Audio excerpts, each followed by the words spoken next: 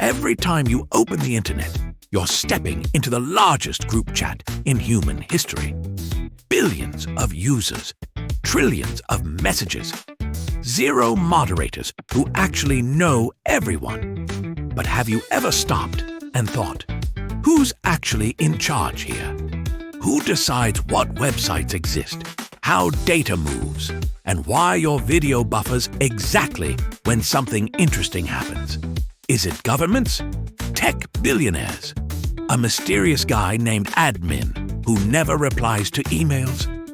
I'm Professor Everything, and today we'll be answering the question, who controls the internet?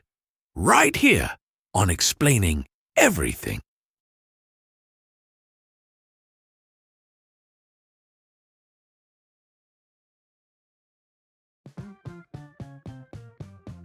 Let's clear this up immediately. No single person, company, or country controls the internet. The internet is a decentralized network, which is a fancy way of saying no one's in charge, but somehow it still works. Instead of one giant computer running everything, the internet is made of millions of servers owned by different companies in different countries, all politely agreed to talk to each other. Think of it like a massive road system. No one owns all the roads, but everyone agrees to drive on the right side of the road and stop at red lights. Except that one guy. There's always one. The rules that make the internet work, like how data is sent, received, and understood, are called protocols. Examples include TCP/IP, HTTP, and HTTPS. These protocols aren't enforced by police. They're followed because if you don't follow them, your stuff simply won't connect to anything. So control doesn't come from power. It comes from cooperation, which is impressive, considering humans usually can't cooperate on pizza toppings.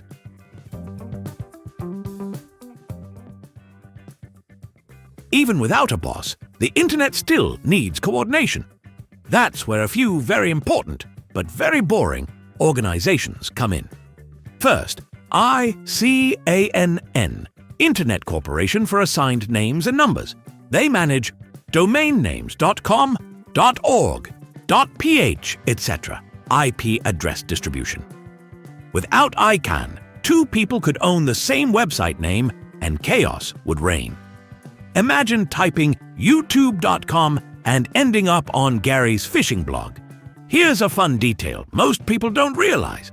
ICANN doesn't own the internet either. It just keeps the naming system organized, so the rest of the internet doesn't emotionally collapse. Then there's IANA, which handles technical assignments behind the scenes. And groups like the IETF, Internet Engineering Task Force, which decides how internet standards evolve. Another quick reality check. These groups don't control what you say online.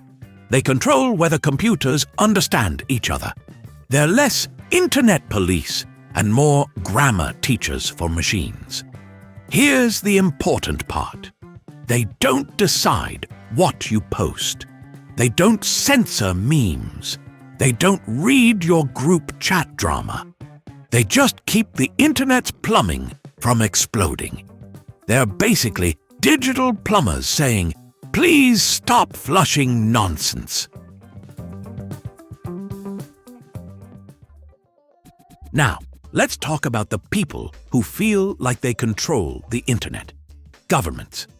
Governments can regulate ISPs, internet service providers, block or filter websites, shut down internet access locally, monitor traffic, sometimes legally, sometimes not comfortably. But even governments don't own the internet. They control access within their borders, not the global network itself. That's why people can still host websites in other countries, use VPNs, or reroute traffic. The internet is very good at finding alternate paths, like a rat navigating a maze made of cables. Tech companies, Big tech companies control platforms, not the internet. Google controls Google. Meta controls Facebook and Instagram. X controls. Whatever X is doing this week, they decide what their algorithms show, what content gets promoted or removed, what violates their rules. But if a platform disappears, the internet doesn't collapse. It just awkwardly moves on, like a group chat after someone leaves dramatically. Companies control spaces on the internet, not the internet itself.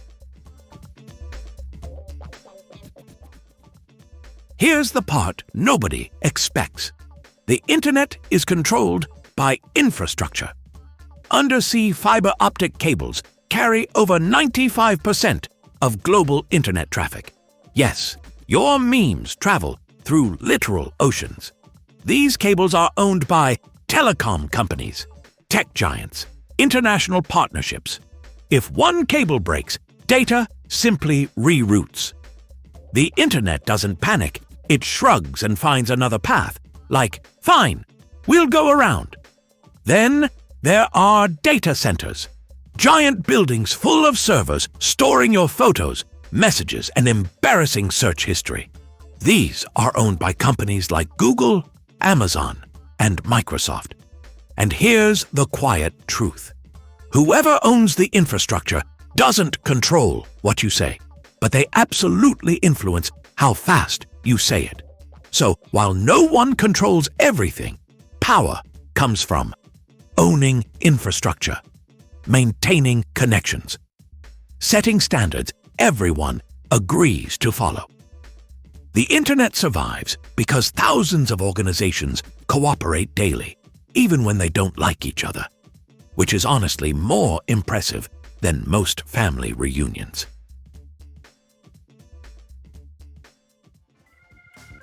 So who controls the internet? Everyone and no one. The internet isn't ruled, it's maintained. It works because engineers agree on standards. Organizations coordinate resources, governments regulate access companies, build platforms, users, well, use it. There's no master switch, no secret room, no delete internet button. If there were, someone would have pressed it during an argument. The internet exists because millions of systems agree to cooperate every second of every day. And somehow, against all odds, it still lets you watch cat videos at 3 a.m., which might be its greatest achievement. If you like this video, hit that like button and subscribe. Also, if you have suggestions for our next video, feel free to share them in the comments below. We'll be sure to give you an acknowledgement for your contribution. If you enjoyed this video, please check out our other bingeable channels. Thank you for tuning in, and join us next time here in the channel that answers all the why, what, who, where, and how questions you've always wondered about, here on Explaining Everything.